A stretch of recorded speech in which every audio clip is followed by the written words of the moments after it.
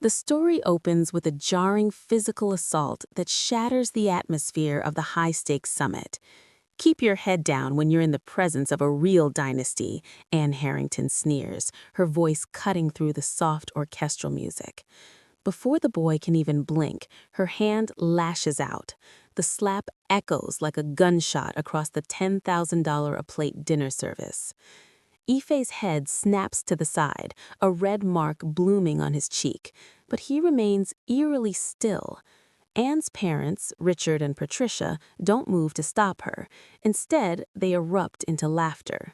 Patricia leans in with her smartphone, capturing the lesson for her followers, while Richard adjustments his tuxedo, dryly remarking that the summit's scholarship programs are getting far too bold with their seating charts.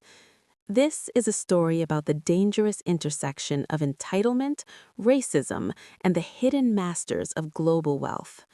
In a room filled with the world's most powerful people, the Harringtons thought they were the predators, until they realized they had spent the evening mocking the son of the very man who holds their lives in his hands. The boy they dismissed as lowly is actually royalty in a world they aren't even allowed to see. His silence wasn't a lack of courage, it was the calm before a storm that would swallow their entire dynasty. What happens next isn't just a business dispute, it's a total dismantling of an empire. Before the night is over, the Harringtons will learn that while money can buy a skyscraper, it can't buy mercy from a man whose son you just touched. The silence following the slap was absolute, a vacuum that sucked the air out of the sky pavilion. Anne Harrington stood with her chest heaving, a triumphant, ugly smirk twisting her youthful features as she shook the sting from her palm. Behind her, Patricia Harrington continued to hold her gold-encased phone steady, her thumb tapping the screen to upload the footage to her private social circle. "That's my girl," she whispered, the pride in her voice echoing off the glass walls. Richard Harrington merely chuckled, adjusting his silk tie as he looked down at Ife. "I hope that cleared your head, boy. Consider it a free lesson in social hierarchy. Now move along. The adults have $1 billion legacy to secure." Ife didn't move, he didn't cover his face, and he didn't cry. He simply stood there, his gaze fixed on a point just past Richard's shoulder. The red imprint of Anne's hand was a vivid contrast against his deep complexion, but his eyes were like black glass, smooth, unreadable, and terrifyingly calm.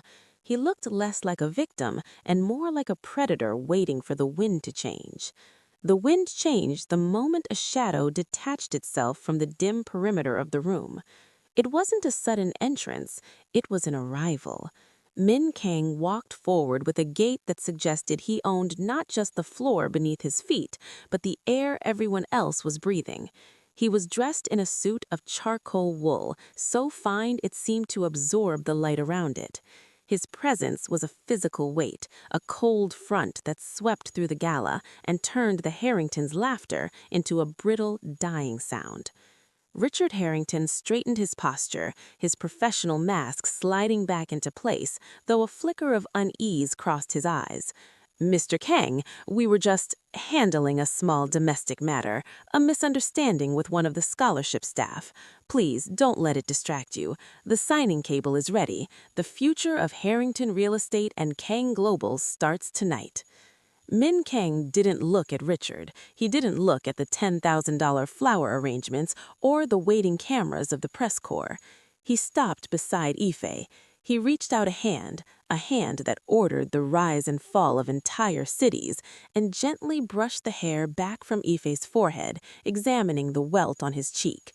He didn't ask if Ife was okay. He already knew the strength of his blood. "Is this the family, Ife?" Min asked, his voice a low, melodious silk that carried to the furthest corners of the pavilion. "Yes, father," Ife replied, his voice just as steady. "This is them." Richard's face paled. The word father hit him like a physical blow. He looked from Ife's expensive tailored sleeves to Min Kang's lethal, quiet profile. The realization began to crawl up his spine like ice water. The Shadow Kid wasn't a charity case. He was the crown prince of a shadow empire that Richard had spent 18 months desperately trying to court. "Mr. Kang, I had no idea. Anne is just spirited. She's young. She didn't recognize. Patricia, put the phone away. Mr. Kang, please, let's sit. Let's talk about the venture." Patricia scrambled to hide her phone, her smug expression collapsing into a mask of pure terror. Anne, sensing the shift in the atmosphere, stepped back toward her mother, her arrogance evaporating as she looked into Min Kang's eyes. For the first time in her life, she saw someone who didn't care about her father's bank account. She saw a man who looked at her as if she were a minor inconvenience to be stepped over. Min Kang finally turned his gaze to Richard. It wasn't a look of anger, it was the look a gardener gives a weed before pulling it from the earth. He walked slowly towards the signing table, where the 300-page contract lay bound in leather. The document represented the Harringtons' salvation, a billion-dollar infusion of capital that would pay off their predatory loans and cement their status for another generation. Richard followed him, hovering like a servant. "The terms are exactly as we discussed, Mr. Kang. We've already prepared the champagne. Our legacy is your legacy." Min Kang picked up the final signature page. He felt the weight of the paper, the texture of the ink that carried Richard's desperate hopes. He didn't reach for the gold fountain pen sitting in the marble holder. Instead, he gripped the top of the parchment. With a slow, deliberate motion, Min Kang tore the page down the center. The sound of the paper rending was louder than the slap had been. He didn't stop there. He folded the sheets and tore them again, and then again, until the $1 billion deal was nothing more than a handful of white confetti. He didn't say a word. He didn't yell. He didn't threaten. The silence was his weapon, and he used it with surgical precision. He let the scraps of the contract flutter from his fingers. They landed on Richard's polished shoes, a mocking rain of ruined ambitions. Richard gasped, his hands shaking as he reached out to catch the falling pieces. "Mr. Kang, Min, you can't be serious. It's $1 billion. You need this development as much as we do. It's a slap. It's a child's mistake." Min Kang leaned in, his face inches from Richard. The heat of his lethal presence made Richard flinch. "You told my son to know his place," Min whispered, the words vibrating with a cold, dark energy. "Tonight, I will show you yours." Without another glance, Min Kang placed a hand on Ifei's shoulder. He turned his back on the Harringtons, on the trade summit, and on the billion-dollar ruin he had just created. As they walked towards the exit, the crowd parted like the Red Sea, guests lowering their eyes in fearful respect. Behind them, Richard Harrington fell to his knees, frantically trying to piece together the shredded paper on the floor, while Patricia and Anne stood frozen under the harsh glow of the chandeliers. The power had shifted. The deal was dead, and as Ifei walked out beside his father, he realized that the stinging on his cheek had faded, replaced by the cold, exhilarating weight of empire. A power that didn't need to scream to be felt. The Harringtons had spent years building a house of cards. Min Kang had just exhaled. The golden elevator doors hissed shut, sealing the Harringtons in a private sanctuary of plush velvet and mirrors. For a heartbeat, the silence was heavy, but it wasn't the silence of reflection. It was the breathless pause before a burst of manic laughter. Anne was the first to break it, doubling over as she clutched her stomach. "Did you see his face?" she shrieked, her voice echoing off the gold-leafed ceiling. "He looked like he was going to cry. All that silent shadow act, and then he just ripped it. What a dramatic loser." Richard loosened his collar, though his hands still carried a slight, involuntary tremor. He looked down at the few scraps of paper still clinging to his sleeve and brushed them off with a scoff. "The man is clearly unstable," Richard said, his voice regaining that practiced baritone authority. I thought he was a serious player, but he's just another hot-headed thug in an expensive suit. He probably realized he didn't have the liquidity for a billion-dollar move and used Anne's little discipline lesson as a convenient exit strategy. Patricia was already busy, her fingers flying across her phone screen with surgical precision. She was scrolling through the comments on the video she'd just posted, the one titled, "Teaching the Scholarship Kids Some Manners at the Sky Pavilion." "The engagement is through the roof, Richard," she purred, her eyes reflecting the blue light of the screen. "Everyone who is anyone is liking it. They're calling us brave for not letting the elite circles get diluted by people who don't belong." "He thought he was intimidating," mocked Anne, striking a rigid pose and mimicking Min Kang's low voice. "I will show you your place." "Please, the only place he's showing us is the exit to a deal he couldn't afford anyway."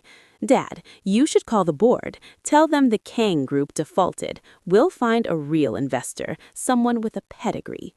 Richard nodded. The logic of his own arrogance soothed his frayed nerves. In his world, money was a shield that could never be pierced by something as intangible as respect or dignity. He convinced himself that Min Kang was a nobody, a flash-in-the-pan billionaire, whose mystery was merely a mask for a lack of real substance. "You're right, sweetheart. He's a nobody, a ghost with no shadow. We'll have 5 offers on the table by Monday morning to replace him."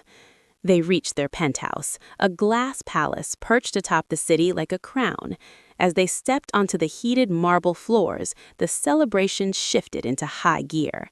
Patricia poured 3 glasses of vintage crystal-clear vodka, handing one to her teenage daughter without a second thought. "To the Harrington legacy," she toasted, her face glowing with smug satisfaction. "Too big to fail and too rich to care." Anne took a sip and immediately pulled out her own phone, recording a fresh video for her millions of followers. She posed in front of the floor-to-ceiling windows, the city lights twinkling behind her like a carpet of diamonds.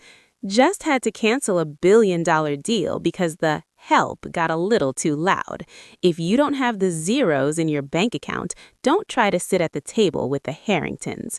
My dad has more money than your entire lineage. Stay in your lane, losers."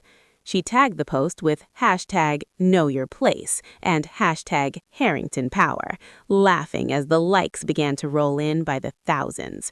To her, Ife was already a forgotten footnote, a minor character she had crushed under her heel. Richard sat in his leather armchair, staring out at the skyline.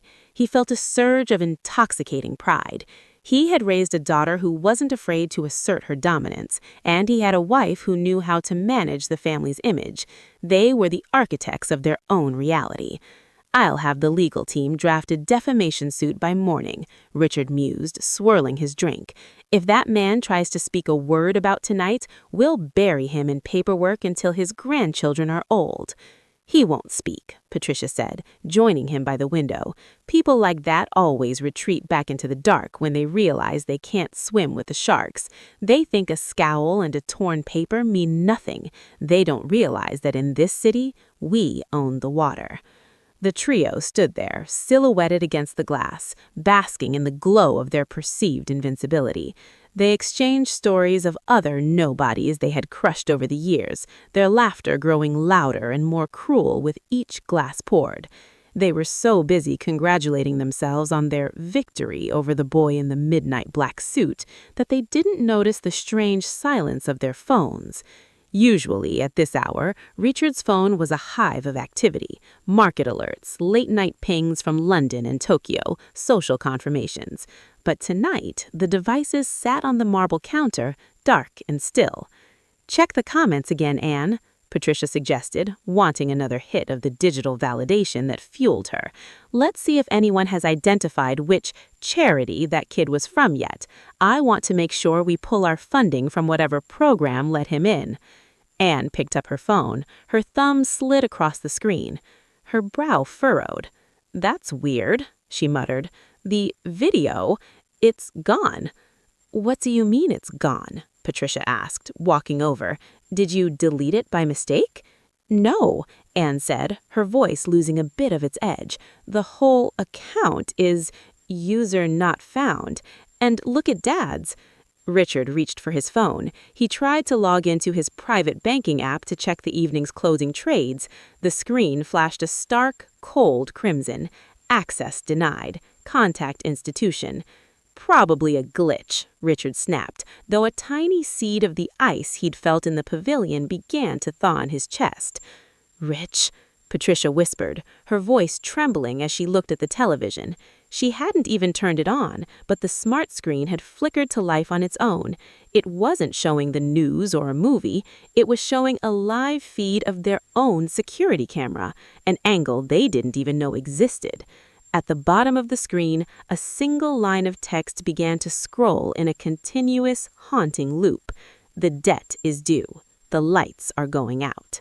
The Harringtons stood in the center of their glass palace, surrounded by luxury, still holding their crystal glasses. For a few more seconds, they remained the richest people in their own minds. They remained smug, entitled, and blind. They truly believed that Min Kang was a nobody, a flash-in-the-pan billionaire, whose mystery was merely a mask for a lack of real substance. They didn't realize that the nobody had already begun to erase them from existence, one line of code at a time. The celebration wasn't an ending, it was the final meal of a condemned dynasty, and as the first flicker of the overhead lights signaled the beginning of the end, the laughter in the room finally, mercifully, died. The transition from the warmth of the gala to the chill of the night air was usually a moment of triumph for the Harringtons, a transition from one theater of power to another. But as they stepped out of the Sky Pavilion's gilded lobby, the choreographed perfection of their lives began to fray. Richard reached for his phone to summon their lead security detail, his thumb hovering over the speed dial. He expected the purr of a high-end engine and the snap of a door being opened by a white-gloved hand. Instead, he saw his two custom-built armored SUVs being hoisted onto the back of a flatbed tow truck. "Hey, what the hell do you think you're doing?" Richard's voice, usually a refined baritone, cracked with a sharp, panicked edge. He marched toward the driver, his expensive shoes clicking aggressively on the pavement. "That's a $500,000 vehicle. Do you have any idea who I am? Drop it now, or I'll have your badge and your company by sunrise." The tow truck driver didn't even look up from his clipboard. He was a thick-set man with the bored expression of someone who had seen it all. Richard Harrington? Harrington Real Estate Holdings? Obviously, Richard snapped, his face flushing a deep mottled purple. "Orders came down 10 minutes ago. Asset repossession," the driver said, finally looking at him. There was no fear in his eyes, only a clinical coldness. "Every vehicle registered to your corporate ID is being pulled. Something about a massive collateral default. You'll have to take it up with the bank." "Collateral default?" Patricia hissed, stepping forward as she clutched her designer clutch to her chest like a shield. "That's impossible. We have a revolving credit line of $80 million. This is a mistake. Richard, call the bank president. Call Marcus immediately." Richard was already dialing, his breath coming in short, ragged bursts. He pulled the phone to his ear, expecting the usual fawning greeting from the man who had managed his family's wealth for a decade. The line didn't even ring. A flat, automated voice met his ear. "We're sorry. The number you are trying to reach has restricted your access. For inquiries regarding frozen accounts, please contact the Federal Liquidity Oversight Office." A cold, hollow sensation opened up in the pit of Richard's stomach. It wasn't just a glitch, it was an amputation. Anne stood behind them, her bravado from the elevator beginning to melt into a confused, childish fear. She pulled out her own Platinum Youth card, the one she used for 5-figure shopping sprees without ever checking the balance, and tried to order a premium rideshare. The app flashed a harsh, blood-red notification. "Account suspended, payment method invalid." "Mom, my card isn't working," Anne whimpered, her voice small and trembling. "It says my balance is 0. It says the account has been closed for suspicious activity." "Be quiet, Anne," Patricia snapped, though her own hands were shaking so violently she nearly dropped her phone. She tried to log into her personal brokerage account, the one that held her rainy day fund of several million in liquid stocks. The screen loaded a single stark page with the Kang Global logo watermarked faintly in the background. It read, "Account under forensic audit. All outgoing transfers blocked." In the space of less than 2 hours, the invisible threads that connected the Harringtons to the world of the living had been severed. They were standing on a public sidewalk in the middle of the city, dressed in clothes that cost more than most people earned in a year, and they were effectively penniless. The zeros Anne had bragged about hadn't just disappeared, they had been weaponized. The tow truck pulled away, the taillights of their luxury SUVs fading into the city traffic like retreating stars. As the roar of the truck's engine died down, a new sound replaced it, the rhythmic, heavy thud of boots. 4 men in dark, tactical gear, not the gala security, but something far more professional, stepped from the shadows of the parking garage. They didn't approach with weapons drawn, they approached with the terrifying confidence of people who had already won. The lead man, a tall figure with a face like carved granite, held out a single laminated folder. "Mr. Harrington," the man said, his voice as devoid of emotion as a machine. "As of 11:45 p.m., the short-term bridge loans held by the Kang Syndicate against your Fifth Avenue properties and the London development have been called in full. Since the $1 billion partnership has been terminated for cause, the accelerated repayment clause is now active." "You can't do that," Richard roared, though his voice lacked conviction. "There's a 90-day grace period for restructuring." "Not for moral turpitude violations," the man replied, tapping the folder. "Your daughter's assault on a minor, captured on your wife's own social media and broadcast to 3 million people, triggered the reputational damage clause. You are in total breach. Your credit lines are frozen to prevent asset stripping. As of this moment, you're trespassing on property that now belongs to the Kang estate." Patricia let out a strangled cry, her knees buckling slightly. "Our home? You're taking our home?" "The penthouse, the Hamptons estate, and the jet are all listed as primary collateral. I suggest you find a hotel that accepts cash, if you can find any." The men vanished as quickly as they had appeared, leaving the 3 Harringtons alone under the flickering street lamps. The trade summit continued behind them, the muffled sound of a distant band playing a jaunty tune that mocked their despair. They looked at each other, Richard, the man who owned the sky, Patricia, the woman who curated the elite, and Anne, the girl who thought her father's money made her a goddess. For the first time in their lives, they didn't look like royalty, they looked like ghosts haunting their own lives. Richard looked down at his phone one last time. A final message had slipped through the block, a simple text-only memo from an unlisted number. "The first crack is always the deepest. Sleep well, Richard. Tomorrow the walls come down." Anne started to cry, the tears smearing her expensive mascara into dark, ugly streaks. The help they had casually insulted were now the only ones with the power to move through the world, while the Harringtons remained frozen on a sidewalk, waiting for a car that was never coming back. The first crack had formed, and through it they could finally see the abyss that Min Kong had prepared for them. The glare of the television studio lights was a familiar comfort to Patricia, a spotlight she usually navigated with the poise of a queen, but today her performance was different. She was draped in a modest, muted navy dress, her makeup applied to make her eyes look weary and red-rimmed. Beside her, Richard sat with a stiff, protective posture, playing the role of the besieged patriarch. As the red light on the primary camera flickered to life, Patricia took a trembling breath, reaching out to clutch Richard's hand in a display of calculated vulnerability. We are a family in mourning, not for a person, but for the safety we thought we had in this city. My daughter, Anne, a child really, is living in a state of constant terror.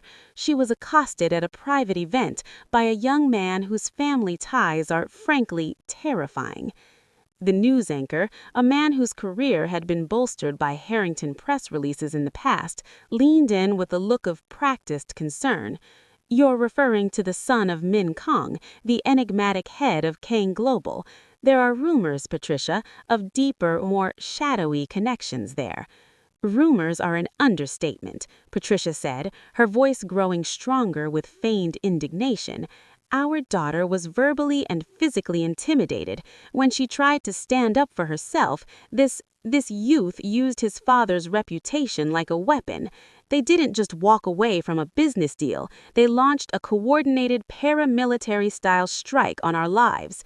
They're using mafia tactics to bypass the legal system, freezing our legitimate assets and throwing us onto the street because a teenage boy's ego was bruised. It's thuggery disguised as high finance." Richard nodded solemnly, jumping in to reinforce the narrative. "We've seen our credit lines evaporated overnight. Our home, a landmark of this city's skyline, was seized without a single day's notice in court. Is this the world we want to live in, where a dangerous foreign-linked syndicate can erase a legacy family because of playground misunderstanding? We are calling on the authorities to investigate the Kang family's invisible holdings. If they can do this to the Harringtons, they can do this to anyone." Anne's face appeared on the screen behind them, a carefully curated photo from a year ago, looking angelic and soft, juxtaposed against a grainy, blurred photo of Ife standing in the atrium. Shadows of the gala. The narrative was clear. The innocent blonde debutante versus the dark, silent threat. "My daughter can't sleep," Patricia added, a single tear finally escaping and rolling down her cheek. "Every time there's a knock at the door, she thinks it's one of their fixers coming to finish the job. They've weaponized their mystery, their otherness, to intimidate us into silence. But we won't be silenced. We are the Harringtons. We believe in the law, not the shadows." Across the city, in a quiet, minimalist office that smelled of aged cedar and expensive ink, Ife watched the broadcast on a tablet. He sat on a sleek leather sofa, his expression as unreadable as the dark screen of a switched-off television. Beside him, Min Kang didn't even bother to look at the screen. He was busy signing a series of documents that would finalize the purchase of the news network's parent company by the end of the business day. "She's very good," Ife remarked, his voice devoid of anger. "If I didn't know me, I'd be afraid of me." "The loud always play the victim when they lose the power to be the predator," Min Kang replied, his pen scratching rhythmically across the paper. "They think the victim card is a trump card in the game of public opinion. They don't realize that in the world of real power, public opinion is just another asset to be bought, sold, or liquidated." "Will we stop the broadcast?" Ife asked. Min Kang finally looked up, a thin, predatory smile touching his lips. "No, let them speak. Let them scream to the heavens about dangerous youth and mafia tactics. The louder they scream, the more the banks realize just how desperate they truly are. A billionaire doesn't go on a morning talk show to beg for sympathy unless the vault is already empty. They aren't building a defense, Ife. They are writing their own epitaph." Patricia leaned into the camera one last time, her eyes staring directly into the lens, pleading with the viewers to see her as the guardian of civilization against the rising tide of the thugs. She felt the surge of power that came with the lie, the intoxicating belief that if she could just win the morning news cycle, the billions of dollars would somehow find their way back into her accounts. She didn't realize that the very network she was sitting in had just been flagged for an emergency operational audit. As the segment ended and the cameras cut to a commercial, Patricia let out a long, satisfied exhale. She turned to the producer, her face instantly shifting from tearful victim to demanding societal. "Make sure that clip is pushed to every major affiliate by noon, and get me a glass of sparkling water. The lights in here are atrocious." She felt invincible again. She had used the Harringtons' oldest weapon, the ability to tilt the truth until it suited them. She believed she had successfully branded Ife and his father as the villains of the story. She was so convinced of her own performance that she didn't see the studio technicians whispering in the wings, or the look of profound discomfort on the anchor's face as he checked a breaking news alert on his monitor. The victim card had been played, but the deck was already being shuffled by a hand she couldn't see, and the next card to be dealt was the one that would turn her public plea into a public confession. The morning sun that usually bathed the Harrington penthouse in a warm, golden hue felt cold and accusatory. Richard Harrington hadn't slept. His eyes were red-shot and his expensive silk shirt was wrinkled, a sight that would have been unthinkable 24 hours ago. The silence of the apartment was deafening, broken only by the distant, rhythmic hum of the city below, a city that no longer felt like his playground. He spent the dawn hours frantically calling everyone in his contact list, from junior senators to old college roommates, only to be met with the same chilling result. Every call went straight to a disconnected line or a recorded message stating that his access had been revoked. "I have to find him," Richard muttered to his reflection, though he barely recognized the hollowed-out man staring back. "It's a misunderstanding. It's just business. Everyone has a price." Patricia sat on the edge of a velvet chaise, her face pale and devoid of its usual carefully applied poise. Anne was huddled in the corner of the room, her phone, now a useless slab of glass and metal, clutched in her hand like a talisman. The arrogance that had fueled their laughter at the gala had been replaced by a raw, naked desperation. Richard grabbed his coat and headed for the door. He didn't have a car, and he didn't have a driver, but he knew where Min Kang's primary corporate office was located, the black monolithic tower in the heart of the financial district, that everyone whispered about, but few ever entered. He would walk if he had to. He would crawl. He just needed 5 minutes to explain, to offer a larger stake in the deal, to growl if that was what it took to turn the lights back on. As he reached the heavy oak double doors of his penthouse, he found them already open. Standing in the foyer was a man in a crisp gray uniform, not the building's usual concierge, but someone new. "Mr. Harrington," the man said, his voice flat. "I'm afraid the elevators have been set to a restricted bypass. You won't be able to leave the floor without an escort." "Escort? This is my home," Richard roared, his voice cracking. "I pay more in monthly association fees than you make in a decade. Get out of my way." The man didn't flinch. He simply stepped aside to reveal a small brass plaque that had been freshly mounted to the wall beside the elevator bank. Richard's eyes scanned the text, and the breath left his lungs in a painful wheeze. The building, the Harrington Regency, the crown jewel of his real estate portfolio, the structure he had named after his own bloodline, had changed hands at 3 a.m. The new owner was listed as the Kang Sovereign Trust. He bought the building," Richard whispered, leaning against the wall for support. "In 4 hours? That's impossible. The debt was spread across 3 different banks." "Min Kang doesn't like to leave loose ends," a voice drifted from the elevator as the doors slid open. It wasn't Min Kang who stepped out, but the same granite-faced man who had served the default notice on the sidewalk the night before. He held a tablet in his hand, his eyes tracking a series of rapidly falling graphs. "Richard," he called by his first name, with a casual disrespect that stung more than a physical blow, "you've spent your life believing that owning the name on the front of the building meant you owned the ground beneath it. But Min Kang doesn't care about names. He cares about the ledger."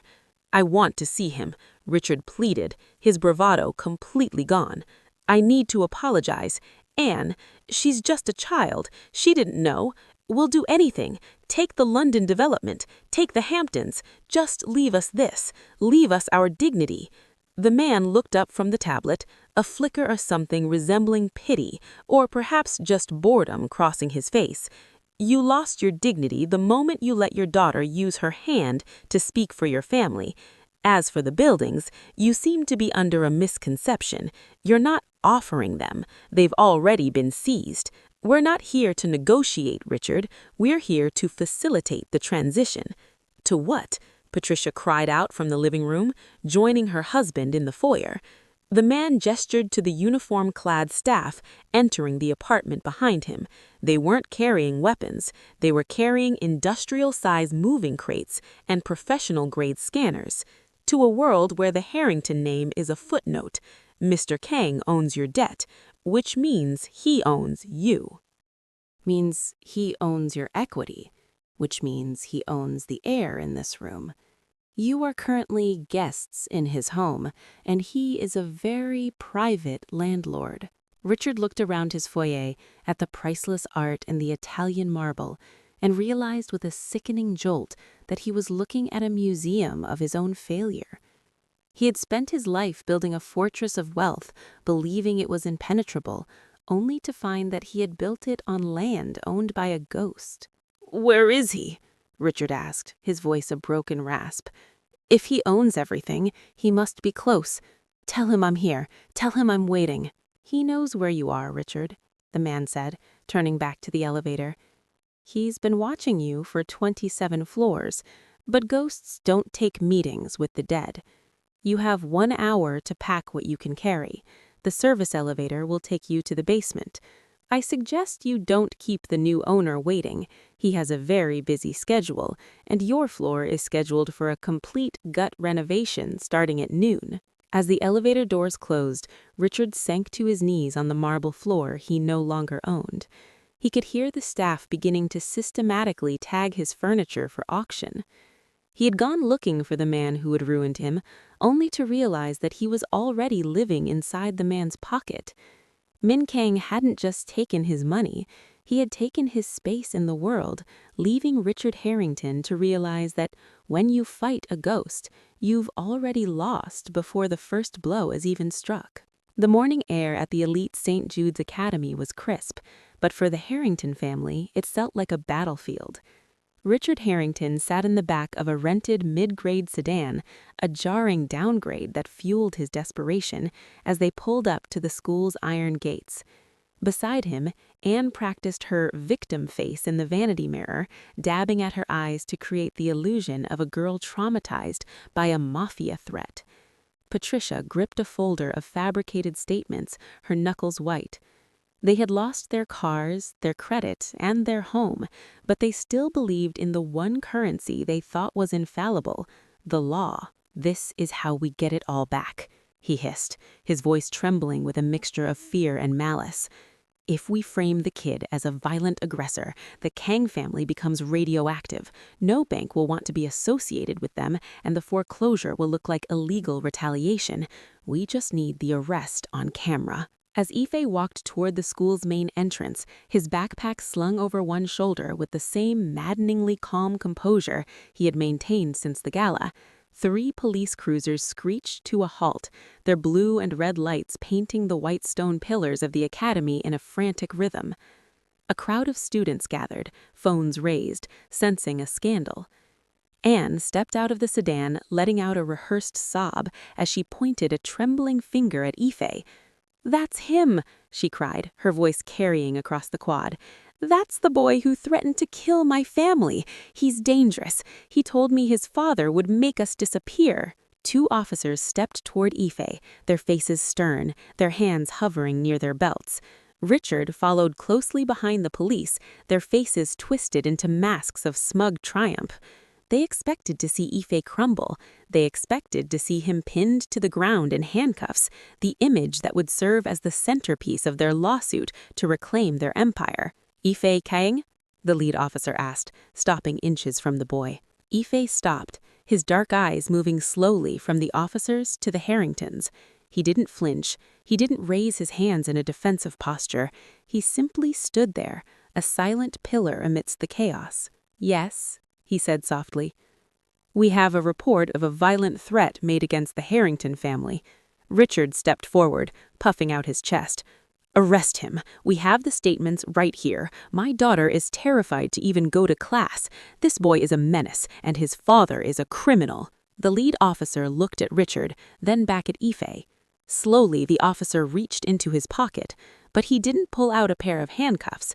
Instead, he pulled out a sleek black smartphone, one that Richard recognized instantly as a high encryption model used by the Kang syndicate. "Ife, Your father asked me to deliver this. He thought you might want to watch the live feed of the 10 a.m. appointments." Richard's smug expression froze. "What are you doing? I called you here to make an arrest. I pay your taxes. The officer interrupted, his voice dropping to a cold professional whisper. "Mr. Harrington, you don't pay anyone's taxes anymore. You don't even own the shoes you're standing in." The officer handed the phone to Ife. Ife tapped the screen and turned the phone toward the Harringtons so they could see the display. It was a multi-camera live stream. Richard's heart stopped as he recognized the interior of his Fifth Avenue penthouse. A team of men in dark uniforms was methodically moving through the rooms, placing "seized" stickers on the Picasso in the foyer and the grand piano in the ballroom. On the screen, Richard watched his own reflection through the screen as a sheriff's deputy pinned a bright orange "vacated by order of the court" sign to the front door of the Harrington Regency. The crown jewel was officially gone. The officer turned to Richard and Patricia. "You made a false police report this morning. That's a felony. Ordinarily, I'd take you down to the station, but Mr. Kang suggested being homeless in those expensive suits would be a more fitting education. Now, get off the school property. You're trespassing." The Harringtons stood paralyzed in the center of the quad. The students who had been watching now began to whisper and point, but not at Ife. They were filming the Harringtons, the fallen titans, the beggars in silk. Richard looked at Ife, seeking some spark of anger or hatred, but he found only a profound, echoing emptiness. Ife handed the phone back to the officer and adjusted his backpack. "I have a chemistry exam," he said simply. As Ife walked past them and into the school, the police cruisers began to pull away, leaving the Harringtons standing in the dirt of the parking lot. The trap had snapped shut, but it wasn't Ife's neck in the snare. It was theirs. Richard looked down at his hands and realized they were empty. No phone, no keys, no power. The silence of the Academy quad felt like a tomb, and for the first time in her life, Anne Harrington had nothing to say. The velvet-draped interior of L'Hermitage was a cathedral of old money, where the clink of silver against bone china usually provided the soundtrack to the city's most exclusive power lunches.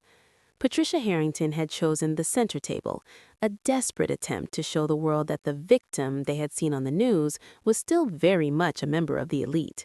Anne sat opposite her, wearing a vintage Chanel suit and a parure of emeralds that caught the light with every arrogant toss of her head. They were surrounded by peers who whispered behind silk napkins, their eyes darting between the Harringtons and their own menus. "Appearance is everything, Anne," Patricia whispered, her eyes scanning the room for anyone who might offer a sympathetic nod. "If they see us eating here, they'll know the foreclosure was just a temporary legal hiccup. We are the Harringtons. We don't hide in the shadows." Anne reached for her sparkling water, the heavy diamond bracelet on her wrist clashing against the table's edge. "I want that kid to see this. I want him to know that no matter what his dad tries to buy, he can't buy this room. He's just a thug in a suit. We are royalty." The double doors of the restaurant swung open, but it wasn't the tuxedoed maitre d' who entered. It was a trio of men in sober, charcoal gray suits, led by the same granite-faced agent who had become the Harrington family's personal herald of doom. He didn't stop at the reception desk. He walked with measured military precision straight toward the center table, a leather-bound folder tucked under his arm. The whispers in the room died instantly. The air grew thick with a sudden electric tension. "Mr. Miller," Patricia said, her voice rising in a sharp, defensive trill. "This is highly inappropriate. We are in the middle of a private lunch. If you have more paperwork for our lawyers, send it to—" "I'm not here for your lawyers, Mrs. Harrington," the agent said, his voice carrying clearly to every corner of the silent room. He opened the folder to reveal a high-resolution forensic catalog of the Harrington family's private vaults. "I'm here to recover stolen property." "Stolen? My father bought these for my 16th birthday. Get out of here before I call the—" "Actually," the agent interrupted, placing a magnifying glass and a digital jeweler's scale on the white linen tablecloth, As of midnight, every piece of jewelry, art, and heirloom registered to your family was placed under a permanent lien to satisfy the Kang Syndicate's default judgment. By moving these items out of the vault after the freeze order was served, you have committed an act of asset stripping. Legally, these are no longer personal effects. They are stolen collateral. The restaurant was so quiet that the hum of the air conditioning sounded like a roar. 2 more men stepped forward, gloved hands ready. "Stand up, Anne," the agent commanded. "No!" Anne shrieked, her face turning a blotchy, frantic red. "You can't do this! Not here! Mom, do something!" Patricia looked around the room, pleading with her eyes for someone, anyone, to intervene. But the friends she had spent decades cultivating were all staring at their plates, or worse, holding up their phones to record the fall. The social circle that had been her fortress was now a firing squad. "The emerald necklace," the agent said, his voice as cold as the stones themselves. "Serial number 882 Alpha, secured against the London Development Project. Please remove it now, or my associates will be forced to assist you." With trembling hands and tears of pure, humiliated rage streaming down her face, Anne reached behind her neck. The click of the clasp echoed through the room. She dropped the priceless emeralds onto the table, where they landed with a dull, pathetic thud on the tablecloth. The agent didn't even look at her. He simply picked up the necklace, verified the hallmark, and checked it off his list. "The diamond bracelet next, and the rings," he continued. One by one, the symbols of Anne's perceived superiority were stripped away in front of the city's most influential people. The diamonds, the platinum, the gold, everything she had used to brand herself as richer than yours was piled onto the table like common junk. "You're leaving us with nothing," Patricia whispered, her voice breaking as the agent reached for the heirloom brooch pinned to her own chest. "You're stripping us naked in public." "Mr. Kang wanted to ensure the public heard the message you started on the news," the agent replied, his eyes finally meeting hers with a flash of lethal iron. As the agents packed the jewelry into velvet-lined cases and walked out of L'Hermitage, the silence remained for a heartbeat before the room erupted in a cacophony of hushed, vicious gossip. Anne sat at the table, her neck and wrists bare, her expensive Chanel suit now looking like a hollow costume. She was no longer a princess. She was a girl who had been caught wearing someone else's life. Across the city, Ife watched the viral clip of the auction of arrogance on his phone. He didn't smile, he didn't cheer. He simply put the phone down and returned to his studies. The debt was being paid not in currency, but in the only thing the Harringtons had ever truly valued, the illusion of being better than everyone else. And as the Harringtons were escorted out of the restaurant by the manager for their inability to pay the lunch bill, the illusion was finally, irrevocably shattered. The basement of the black monolithic tower was a world away from the glass and steel grandeur of the penthouses the Harringtons once called home. There were no panoramic views here, only the low industrial hum of the building's cooling systems and the smell of ozone. Richard, Patricia, and Anne were led down a dim corridor to an office that was stark and windowless, furnished only with a heavy ebony desk and 2 high-backed chairs. The silence in the room was so thick, it felt like it was pressing against their eardrums. Min Kang sat behind the desk, his face partially obscured by the pool of light from a single desk lamp. He wasn't wearing a tactical vest or brandishing a weapon. He was simply reading a financial report, a pair of reading glasses perched on the bridge of his nose. He didn't look up when they entered. Richard Harrington, whose voice had once commanded boardrooms, now found it difficult to draw a full breath. He stepped toward the desk, his knees trembling. "Min, please, we've been through enough.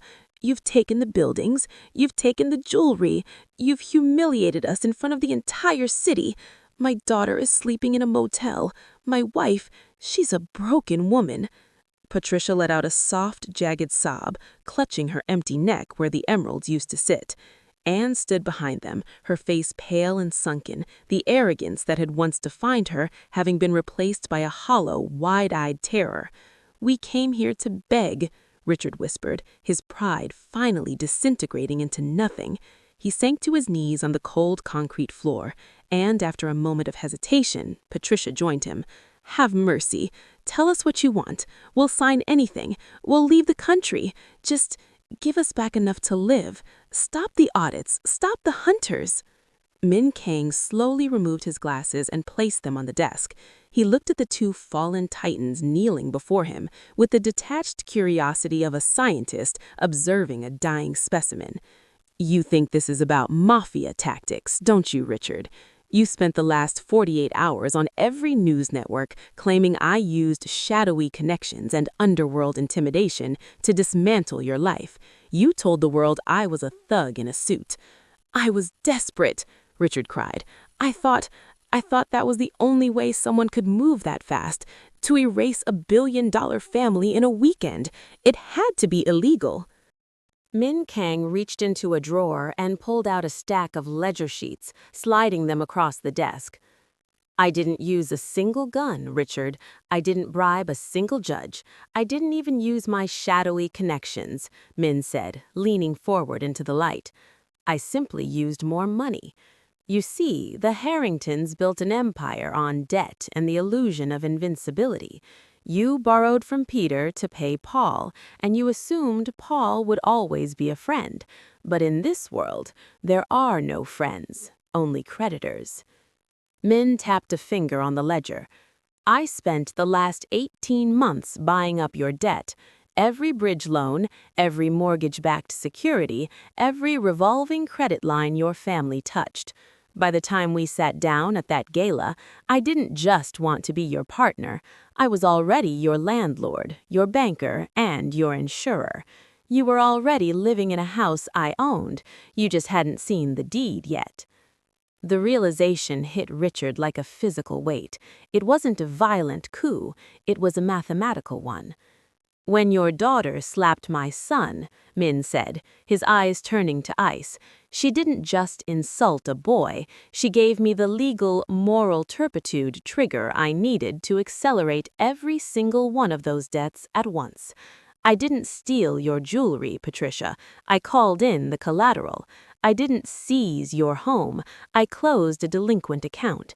I didn't use the mafia. I used the very capitalism you claimed to master. I just had more of it than you." Anne let out a small, choked sound. She looked at her father, the man she thought was the richest in the world, and realized he had been playing checkers while Min Kang was playing with the board itself. "Please," Richard gasped, his forehead touching the floor. "What do you want us to do?" "I want nothing from you, Richard," Min said, standing up. "You have nothing left to give.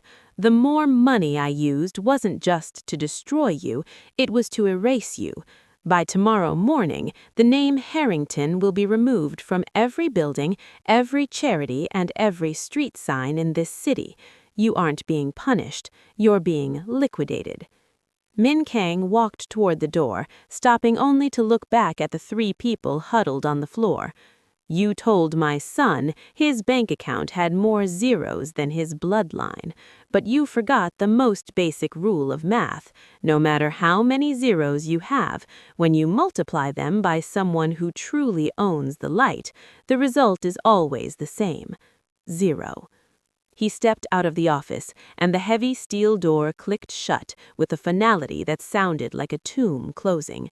The Harringtons remained in the dark, kneeling in a basement they no longer had the right to stand in, finally understanding that their greatest mistake wasn't picking a fight with a criminal, it was picking a fight with the man who owned the bank. The morning air tasted of victory and exhaust as a single black sedan idling at the curb of a budget motel on the city's outskirts. Ife sat in the back seat, the window rolled down just enough to let in the cool breeze. He watched through the tinted glass as the side door of the motel creaked open. Richard, Patricia, and Anne Harrington emerged, each carrying a single tattered suitcase, the only items the forensic auditors had allowed them to keep. They looked like ghosts of the people they had been 48 hours ago. Richard's tailored suit was stained and sagging. Patricia's hair, once a masterpiece of high society styling, was matted and dull. Anne walked between them, her head bowed, her eyes fixed on the cracked pavement. There were no cameras filming them now, no crowd of sycophants to cheer their cruelty, and no billion-dollar safety net to catch them. They were simply three people walking toward a bus stop, erased from the world they thought they owned. Ife watched Anne's hand, the same hand that had struck him with such arrogant force, tremble as she gripped the handle of her bag. He felt no surge of petty triumph, no need to roll down the window and offer a parting taunt. The mark on his cheek had long since faded, but the lesson he had learned in its place was permanent. He realized that the Harringtons had never been powerful, they had only been loud. They had mistaken volume for authority and cruelty for strength. From the front seat, Min Kang's voice broke the silence, steady and low. "They are looking for someone to blame, Ife. They will blame the banks, the lawyers, and me. They will never realize they are the architects of their own wreckage." "They thought they were the sun," Ife replied, his voice mirroring his father's unnatural calm. "They thought everyone else was just a shadow they cast." "And now?" Ife looked at the bus pulling up to the curb, a cloud of gray smoke swallowing the Harringtons as they boarded. "Now they're just cold." Min Kang nodded, signaling the driver to pull away. As the sedan glided silently back toward the heart of the city, Ife looked at his reflection in the glass. He saw a young man who had stood at the center of a billion-dollar storm and hadn't even blinked. He understood now that true power wasn't found in a raised voice or a heavy hand. It was the ability to remain still while the world burned around you, to be the architect of the fire rather than the person screaming in the flames. The black monolithic tower loomed ahead, its glass surface reflecting the rising sun like a suit of armor. The Harrington name had already been scrubbed from the lobby directory, replaced by a minimalist logo of a rising phoenix. As Ife stepped out of the car and into the lobby, the staff bowed, not out of fear of a mafia kid, but out of respect for the quiet authority he now carried. He walked through the grand doors, his footsteps echoing with the weight of a new era. The Harringtons were gone, dissolved into the gray background of a city that had already forgotten them. Ife realized that his father hadn't just given him a lesson in finance or revenge. He had given him the keys to a kingdom built on the most valuable asset in the world, the terrifying, beautiful power of silence. He took his place at the window overlooking the skyline, watching the city wake up. And for the first time, he didn't just see a playground. He saw a legacy that was finally, truly his to protect. Hey family, I'm truly glad you're here. Having you watch, listen, and experience these stories means everything to me. This channel exists because of your support, your time, and your love for deep emotional storytelling. If you find yourself enjoying these moments, getting pulled into the characters, or feeling connected to the journey, please consider subscribing. It's one simple action that makes a huge difference and helps this community continue to grow. Don't forget to like this video, share your thoughts in the comments, and let me know how the story made you feel. Your comments inspire future stories, and sharing this video with friends who enjoy intense, dramatic narratives helps the channel reach more people who appreciate this kind of content. Every interaction matters, and I never take it for granted. Warning: a quick note for clarity. All visuals used in this video are AI generated. They are carefully created to visually support the story and bring these fictional characters, locations, and scenes to life. Everything you see is part of a fully imagined universe, designed purely for storytelling and entertainment purposes. None of the characters or events are real. You are officially part of the Afro-Korean Mafia Tales Hub, a place where unforgettable love stories collide with dangerous power, hidden loyalty, and emotional depth. Expect mafia tales filled with tension, longing, sacrifice, fate, and unexpected twists. Here, every moment carries meaning. Every decision has consequences, and every story is crafted to leave a lasting impression.